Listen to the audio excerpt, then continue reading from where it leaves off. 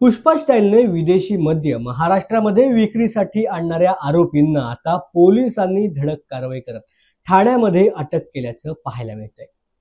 Pushpa style Haryana राज्यामधील विदेशी मद्य हे अवैधरित्या महाराष्ट्रात विक्रीसाठी आणणाऱ्या आरोपींना गुप्तचर माहितीनुसार राज्य उत्पादन शुल्क विभागाने अटक केली। अटक केलेल्या आरोपींकडून 25 लाखांहून अधिकचा मुद्देमाल जप्त करण्यात आलाय। राज्य उत्पादन शुल्क विभागाने ही कारवाई केली असून ठाणे जिल्ह्यात या आधी देखील गोवा, दिसू, दमण यातून अवैधरित्या विक्रीस आणलेल्या मद्यावर कारवाई करण्यात आली होती। अनेक वेळेला महाराष्ट्रापेक्षा स्वस्त असणारे महागडे मद्य अवैधरित्या महाराष्ट्रात आणून सर्रास विक्री केली जात असल्याच्या प्रकरणात वाढ होती। त्यामुळे महाराष्ट्र शासनाच्या महसुलात मोठ्या प्रमाणात आता फटका बसल्याचं उघडकीस आलं। हाच शासनाचा महसूल बुडू नये यासाठी महाराष्ट्र राज्य उत्पादन शुल्काचे पथक तैनात असून मागील वर्षभरात तब्बल 30,000 बल्क लिटर विदेशी तसेच देशी बनावटीचे मद्य ठाणे राज्य उत्पादन शुल्क विभागाने जप्त केले आहे। आमचे कोकण विभागीय भरारी पथकाचे निरीक्षक श्री दिगंबर शेवाळे यांना गुप्त खबऱ्यामार्फत अशी माहिती मिळाली की हरियाणा राज्यासाठी आयात केलेला विदेशी स्कॉचचा साठा हा छुप्या पद्धतीने महाराष्ट्रामध्ये विशेषतः ठाणे जिल्ह्यामध्ये येणार आहे। तर त्यांनी पहाटेच्या सुमारास कल्याण बायपास रोड आहे तर तिथे सापळा रचला असता एक संशयित टेम्पोची त्यांनी तपासणी केली। त्या टेम्पोमध्ये बाहेरच्या बाजूला पाण्याचे रिकामे ड्रम आणि आतमध्ये चोर कप्पा बनवून त्याच्यामध्ये जवळपास 53 विविध ब्रँडच्या अगदी त्याच्यामध्ये वेगवेगळे ब्रँड आहे स्कॉचच्या।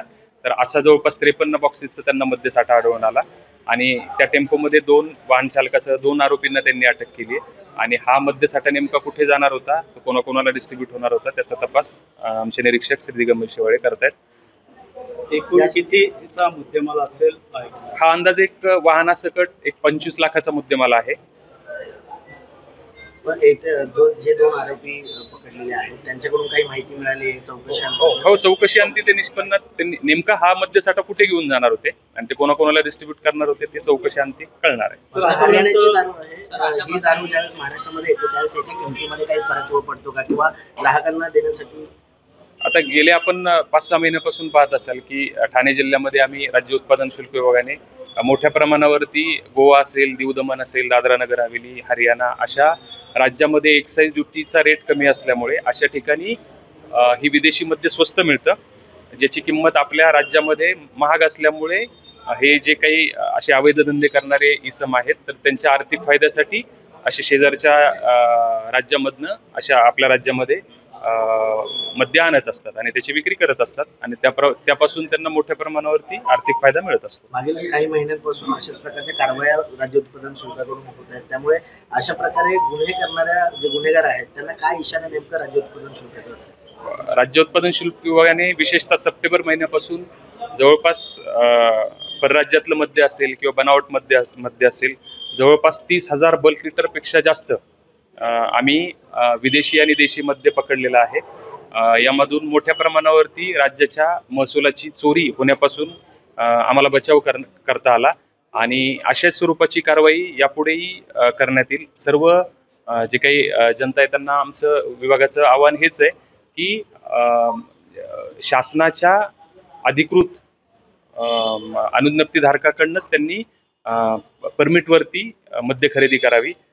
कोणत्याही तिराईत इस्माकडनं किंवा जे ज्यांच्याकडे परवाना नाही या विभागाचा त्यांच्याकडनं अशा स्वरूपाचं मद्य विकत घेऊ नये। सर, आपल्या भरारी पथकाने गेल्या वर्षी असेल यंदाच्या वर्षी कशावरची कामगिरी किती कारवाई करतात? हा, मी आता सांगितलं की सप्टेंबर पासून आमच्या ठाणे जिल्ह्यामध्ये त्याच्यामध्ये सगळ्यांचा समावेश आहे तर जवळपास 30,000 बल्क लिटर परराज्यातलं मद्य बनावट मद्य असं पकडलंय की जे पूर्वी तुलना केली 2023 मध्ये तर ते फक्त एक 300-500 बल्क लिटर एवढं होतं।